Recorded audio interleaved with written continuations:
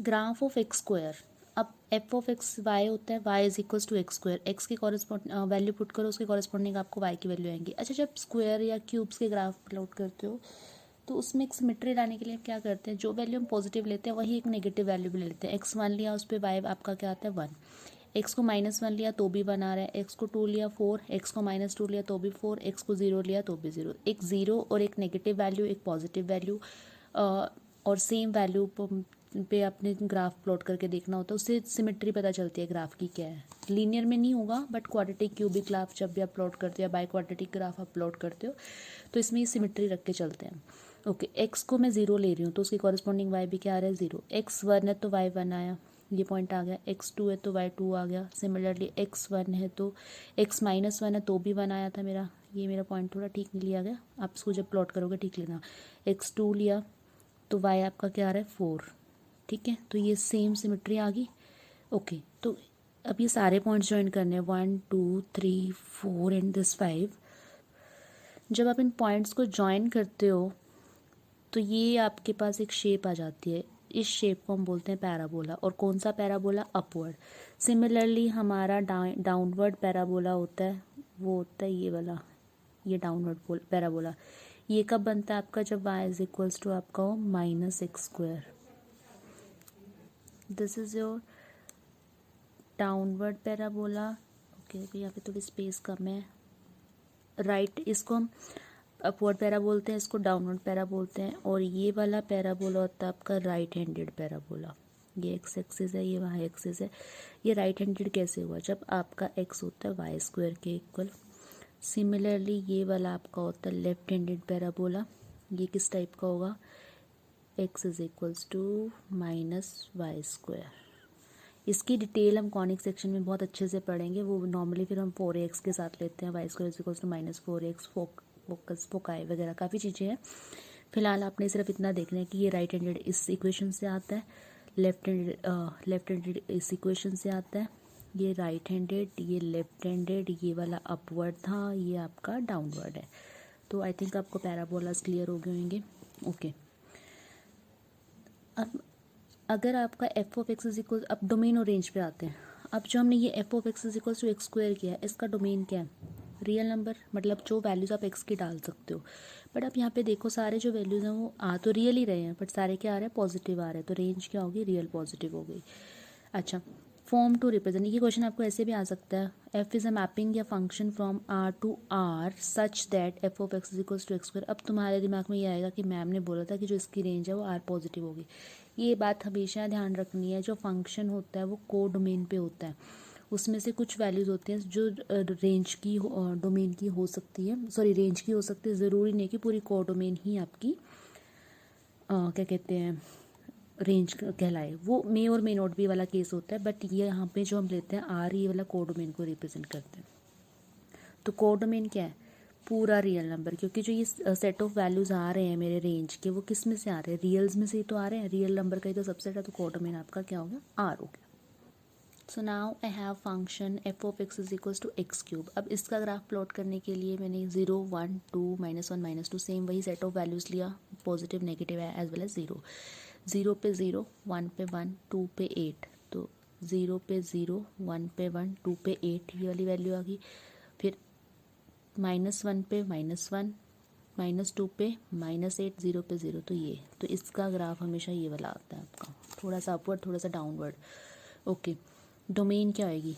देखो तो सारे रियल नंबर आ रहे हैं, पॉजिटिव भी आ रहे हैं, नेगेटिव। डोमेन तो आप जो भी पुट कर सकते हो, यहाँ पे तो थॉट देने की ज़रूरत ही नहीं है, इसमें बस ये देखना है व्हाट कैन आई पुट, तो आप सब कुछ पुट कर सकते हो। बट उसके कॉरेस्पॉन्डिंग जो आंसर आ रहे हैं वो किस टाइप के आ रहे हैं? पॉजिटिव भी है, नेगेटिव भी है, 0 भी है, तो सारे के सारे रियल आ रहे हैं, तो डोमेन रियल, रेंज भी रियल।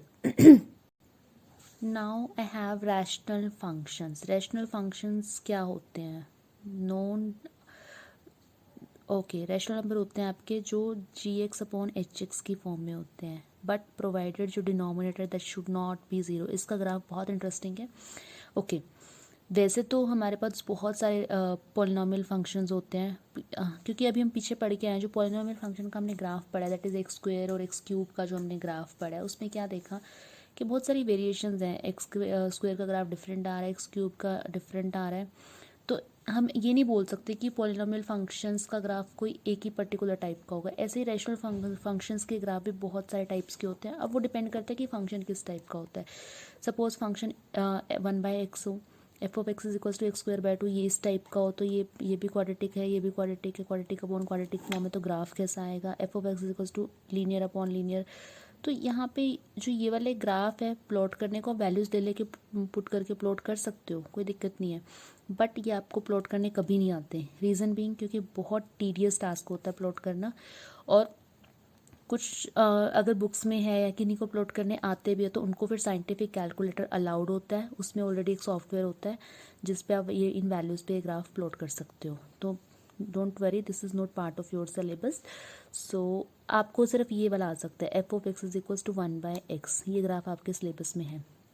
अगर 1/x है तो इसका ग्राफ ऐसे और ऐसे आएगा। अब तुम्हें कन्फ्यूज़न हो रही होगी कि ये दो ग्राफ कैसे आ गई, फंक्शन तो एक ही है। ओके, यहाँ पे हम क्या नहीं पुट कर सकते, ज़ीरो नहीं पुट कर सकते, तो यहाँ से ऑब्वियसली ब्रेक हो गया इसका जो फंक्शन है। पॉजिटिव के लिए अलग बनेगा, नेगेटिव के लिए अलग बनेगा। बट ये ऐसा कैसे बन गया? तो एफ ऑफ एक्स क्या, 1/x। एक्स को अगर आप 1 ले रहे हो तो y 1 आ रहा है, एक्स को 10 ले रहे हो तो y 1/10 और कम हो गया। यानी कि जितना ज़्यादा आप एक्स को इंक्रीज़ करोगे उसके कॉरस्पॉन्डिंग y की वैल्यू क्या हो रही है? डिक्रीज़ हो रही है। जैसे जैसे आपने x को इंक्रीज़ किया y की वैल्यू क्या हो रही है? डिक्रीज़। और जैसे जैसे आपने x को डिक्रीज़ किया that is approaching almost near to zero, but it will never be zero. Reason being क्योंकि ज़ीरो पे तो आपका नॉट डिफाइंड है। तो सेम वे इधर भी सेम आपका फंडा लगा है। तो आपको ये ग्राफ थोड़े से माइंड में बिठाने हैं, क्योंकि हर बार आप प्लॉट नहीं करके देख सकते वैल्यूज़ ले लेके, तो थोड़ा सा आप याद रखोगे किस टाइप के ग्राफ आते हैं। Now we have modulus function. Modulus function क्या होता है? Mod x. मॉडुलस फंक्शन की डेफिनेशन क्या है? Modulus makes negative quantity always positive. जब भी मॉड फंक्शन आता है आपने उसको बाइफरगेट करना है, उसको ब्रेक करना है। कैसे ब्रेक करना है? जब मैं x ग्रेटर देन 0 ले रही हूँ तो पॉजिटिव होगा, जब x लेस देन 0 ले रहे हैं जब x इज इक्वल्स टू 0 है तो भी आपका x पॉजिटिव ही आएगा, यानी कि 0 पे 0 आ जाएगा। बट जब x लेस देन 0 है, x greater than equal to 0 के लिए हमेशा पॉजिटिव, x लेस देन 0 के लिए नेगेटिव x होता है। अब यहाँ पे तुम्हें थोड़ा सा कन्फ्यूजन हो रहा होगा कि अभी तो बोला है कि सारी वैल्यूज़ को ये पॉजिटिव कर देता है, अब यहाँ पे आप नेगेटिव ले रहे हो। ओके, एग्जाम्पल से करते हैं। एफ ऑफ 4 है तो मॉड 4 की वैल्यू 4 आ गई। जब एफ ऑफ -4 है तो हम एक माइनस खुद से लगा देते हैं तो टू मेक इट पॉजिटिव। तो यहाँ पे क्या होता है, अगर लेस देन 0 है तो हम खुद से एक नेगेटिव लगा, लेस देन 0 तो खुद से एक नेगेटिव लगा देते हैं, तो minus minus gives you positive, that is mod x which is positive always. अब ग्राफ की बात करनी है तो 0 पे 0 वैल्यू आएगी, क्योंकि 0 पे हमारा फंक्शन पॉजिटिव रहेगा, यानी कि 0 पे 0 ही आएगी। एक्स अगर हम 1 ले रहे हैं, एक्स को 1 ले रहे हैं तो ग्राफ यानी कि ये एफ ऑफ एक्स किसको रिप्रेजेंट करता है? वाई को, यानी कि Y is equals to X for this और Y is equals to -x for this. जब लेस देन 0 वैल्यू लें तो मैंने x लिया 1, तो 1 ग्रेटर देन 0 है तो एक फंक्शन क्या है? ये वाला 1 पे 1 आ गया, 2 पे 2, 3 पे 3, 4 पे 4 एंड सो ऑन। सिमिलरली जब मैंने नेगेटिव वैल्यूज़ लिए तो नेगेटिव -1 पे -1 पे 1 ही आएगा। क्यों आएगा 1? क्योंकि हमने क्या बोला कि नेगेटिव वैल्यू को भी पॉजिटिव कर देता है। तो x को -1 लिया तो y क्या आ गया आपका? जब आपने पॉजिटिव वैल्यूज़ ही आएंगी, मॉडुलस फंक्शन का ग्राफ है तो -1 क्योंकि पॉजिटिव कर देते तो x -1 पे भी 1, -2 पे भी 2, क्योंकि नेगेटिव एक बाहर आपका ऑलरेडी लग जाता है, -3 पे 3, 4 पे 4, तो this gives you positive quantity always. Okay, what if अगर फंक्शन ऐसा आ जाए? अब यहाँ पे तो हमें पता लग गया था कि जो इसकी बाइफिकेशन है वो 0 पे हो रही है। अब कहाँ पे बाइफिकेशन हो रही है? How to break definition of modulus function. इसका स्टेप 1 आपने याद रखना है, जो भी मोड के अंदर क्वांटिटी है उसको हमेशा पॉजिटिव रखना है। पॉजिटिव का मतलब क्या होता है? Greater than equal to 0। तो x greater than equal to -1, what does it mean? For x value greater than equal to -1, जो x की वैल्यू है वो ग्रेटर देन इक्वल टू -1 होनी चाहिए। यानी कि जो इसका जो ब्रेक आ रहा है वो कहाँ पे आ रहा है? -1 पे आ रहा है। यानी कि जो पॉजिटिव वैल्यू है वो ग्रेटर देन इक्वल टू -1 पे आएगी, बाकी उससे जो नेगेटिव वैल्यू है वो किस पे आएगी? लेस देन -1 पे। तो यहाँ पे इसकी ब्रेक होगी आपकी डेफिनेशन। तो take this positive for greater than equals to -1, take this negative for x less than -1। Okay, उसके बाद ग्राफ में हमने यहाँ पे -1 क्यों लिया, क्योंकि हमारी जो डेफिनेशन है वो ब्रेक का हुई है -1 पे, इसको नॉच बोलते हैं। तो -1 से इधर ये वाला आंसर तो पॉजिटिव ही आएगा, क्योंकि मॉडुलस से पॉजिटिव कर देगा वैल्यू को। -1 के लिए ये वाला पार्ट है, नेगेटिव वैल्यूज़ के लिए ऐसे जाएगा ग्राफ, पॉजिटिव वैल्यूज़ के लिए ऐसे जाएगा। अच्छा, डोमेन की रेंज की बात हो रही है। डोमेन हमेशा जो मॉड फंक्शंस के डोमेन क्या होता है, what I can put the value. तो ये मॉड की तो आप याद भी रख सकते हो। डोमेन में तुम जो मर्जी वैल्यू पुट करो, यानी कि जो मर्जी रियल नंबर पुट करो, दैट इज़ डोमेन। रेंज क्या आएगी हमेशा पॉजिटिव, क्योंकि वो इसको पॉजिटिव कर देगा। अच्छा, अब इसकी बात करें, इसमें क्या है, इसका भी सेम, जो मर्जी वैल्यू पुट करो आंसर क्या आएगा, हमेशा पॉजिटिव आएगा। What if this is negative, अगर यहाँ पे नेगेटिव आगे लग जाता है तो डोमेन अगेन रियल, रेंज हमेशा नेगेटिव आएगी, क्योंकि मोड के बाहर नेगेटिव लगा तो negative real numbers are negative. अगर आप इस पर सुपर स्क्रिप्ट लगा रहे हो तो व्हाट डज इट मीन कि नेगेटिव आंसर्स आएंगे। अब बड़ा ही इंटरेस्टिंग फंक्शन है आपका सिग्नम फंक्शन। सिग्नम फंक्शन में क्या होता है, आपको एनसीईआरटी में ये सम अप करके दिया हुआ है, जो आपका ये वाला पार्ट है, ये आपका सिग्नम फंक्शन होता है। बट ये डिराइव कैसे हुआ है, सिग्नम फंक्शन आपका होता है मोड x अपॉन एक्स, जब x not equal to zero है। नॉट इक्वल टू जीरो का मतलब क्या है कि x ग्रेटर देन जीरो भी हो सकता है और लेस देन जीरो भी हो सकता है। और अगर x आपका ज़ीरो है तो क्या होएगा, तो ज़ीरो ही रहेगा। तो हमने क्या किया, मोड x को बाइफरगेट कर दिया। बाय डेफिनेशन वो क्या होता है, जब x greater than equal to zero तो हमेशा x रहेगा, अभी पीछे किया है। सिमिलरली जब x लेस देन जीरो तो इट विल बी -x। अब सिग्नम फंक्शन मेरा ये था, मोड x की वैल्यू डाल दी मैंने, दो जगह बाइफरगेट किया। सो ग्रेटर देन जीरो के लिए, लेस देन जीरो के लिए। ग्रेटर देन जीरो के लिए मैंने मोड को क्या लेना है, पॉजिटिव। लेस देन जीरो के लिए मोड को क्या लेना है, नेगेटिव। और जीरो पे ऑलरेडी जीरो दिया हुआ है, तो this will give you 1, this will give you -1, cut के 1 और -1 आ गया। तो ओवरऑल जो सिग्नम फंक्शन आया, by summing up you get, या समराइज करके जब आप लिखते हो इसको, x ग्रेटर देन जीरो के लिए 1, x लेस देन जीरो के लिए -1, x इक्वल टू जीरो के लिए 0। अब ग्राफ कैसे आएगा इसका, ग्रेटर देन मतलब ये पूरी नंबर लाइन, तो इट विल नेवर बी 1, क्योंकि ग्रेटर देन जीरो के लिए 1 है, बट जीरो पे आपका क्या है, जीरो ही है। तो इस पे आप यहाँ पे क्या लगाओगे, ओपन डॉट बनाओगे, तो यहाँ से क्या आ गया इसका, ये पूरा पॉजिटिव वैल्यूज आएंगी। और ज़ीरो पे आपका ज़ीरो ही है, और लेस देन ज़ीरो के लिए फिर से यहाँ पे ओपन डॉट लगाओगे तो ये नेगेटिव है। तो डोमेन क्या होगी, क्या पुट कर सकते हैं हम, कुछ भी पुट कर सकते हैं, बट जो सारे आंसर है वो किस टाइप के आ रहे हैं, एक बार 1 आएगा, एक बार -1 आएगा, एक बार 0। लेस देन जीरो के लिए ये, ग्रेटर देन जीरो के लिए ये, सॉरी ग्रेटर के लिए ये, लेस देन के लिए ये, और इक्वल टू जीरो के लिए ये। तो all possible answers are -1, 0 and 1। बहुत इंपॉर्टेंट है ये डोमेन रेंज। मैं हर क्वेश्चन में इसलिए लिखवा रही हूँ क्योंकि MCQs में आ सकती हैं आपको किसी भी फंक्शन की। Now we have greatest integer function. एक और फंक्शन बहुत इंपॉर्टेंट है, इसको गिब्स फंक्शन भी बोलते हैं। F of x is equals to greatest integer function, इसको आप स्क्वायर ब्रैकेट में एक्स भी बोल सकते हो। ओके, अब ग्रेटेस्ट इंटीजर का मतलब होता है, ये पार्ट मैंने बाद में करे हैं ब्रेक, पहले देख लो क्या होता है। ग्रेटेस्ट इंटीजर लेस देन और इक्वल टू, ये डेफिनेशन का मतलब क्या हुआ जो हमने लिख दिया, ग्रेटेस्ट इंटीजर लेस देन और इक्वल टू। एग्जाम्पल से करते क्लियर हो जाएगा। एक्स के पॉसिबल वैल्यूज हमने ले लिए 2.1, 3.9, -2.3, 5 एंड 5.6। अच्छा, अब इस पर ज़्यादा प्रेशर देने की ज़रूरत नहीं दिमाग पे। पहले हमने लिया एक्स को 2.1, तो ग्रेटेस्ट इंटीजर लेस देन और इक्वल टू का क्या मतलब हुआ, इस पे यहाँ पे ग्रेटेस्ट को छोड़ दो एक बार के लिए, यहाँ पे लाइन लगाओ और ये देखो क्या इंटीजर लेस देन और इक्वल टू क्या जो हम पुट कर रहे हैं। तो यानी कि लेस देन और इक्वल टू 2.1, जो भी मेरा फर्स्ट पार्ट इम्प्लाई कर रहा है।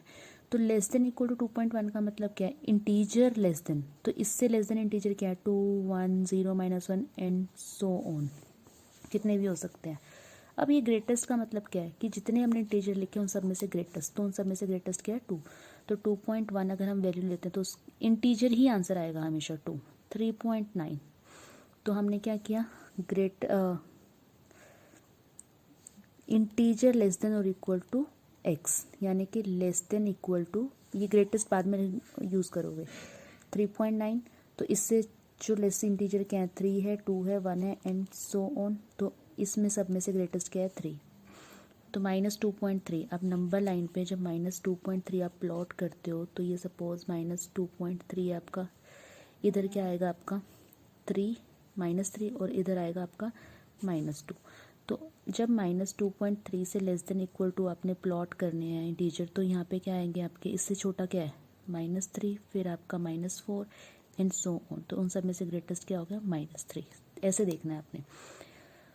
5 आपने क्या करना है, एक इंटीजर लेफ्ट साइड मूव कर जाना है। लेफ्ट साइड का मतलब क्या, 2.1 के लेफ्ट में क्या है 2, 3.9 के लेफ्ट में क्या है 3, -2.3 के लेफ्ट में क्या है -3, 5 इटसेल्फ इज इंटीजर तो 5, 5.6 के लेफ्ट में क्या है 5। अगर ये सब नहीं याद रख सकते तो सिंपल ऐसे याद रखो, लॉजिकली लेफ्ट में जाना है आपने। Now we have graph of this question. It is very important कि इसका ग्राफ कैसे प्लॉट करना है। अगर मैं कंप्लीट वैल्यू 0 ले रही हूँ तो आंसर 0 आएगा। अब मैं 0 से लेके 1 के बीच की, मैं 1 नहीं पुट कर रही, 0 से 1 के बीच की अगर कोई वैल्यू पुट करूँ तो उसके लिए जो मेरा आंसर है वो हमेशा क्या रहेगा 0 रहेगा, क्योंकि हमने क्या बोला है लेफ्ट साइड एक इंटीजर मूव करना है। तो इसके बीच में तुम 0.1 पुट करो तो भी 0 आंसर है, 0.009 पुट करो तो भी 0 आंसर है आपका। तो ये नोट आ गया यहाँ पे, और यहाँ पे ओपन, क्योंकि 1 कभी नहीं आएगा। अच्छा, अगर आप 1 पुट कर रहे हो तो क्या आएगा, जब आपने x को 1 पुट किया तो उसके कॉरेस्पॉन्डिंग आपका 1 ही आ जाएगा। क्यों, क्योंकि इंटीजर है 1, तो 1 पे तो 1 आएगा ही। अब 1 से 2 के बीच की जितनी भी वैल्यूज है उन पे आंसर आपका 1 रहेगा, 2 पे 2 यहाँ पे आगे। अब 2 से 3 के बीच की जितनी मर्जी वैल्यू पुट करो बट नॉट 3, तो आंसर हमेशा 2। सिमिलरली 3 से 4 के बीच के लिए आंसर 3 एंड सो ऑन। ये आपका ग्रेटेस्ट इंटीजर फंक्शन का ग्राफ होता है, इसको स्टेप फंक्शन भी बोलते हैं। That's it.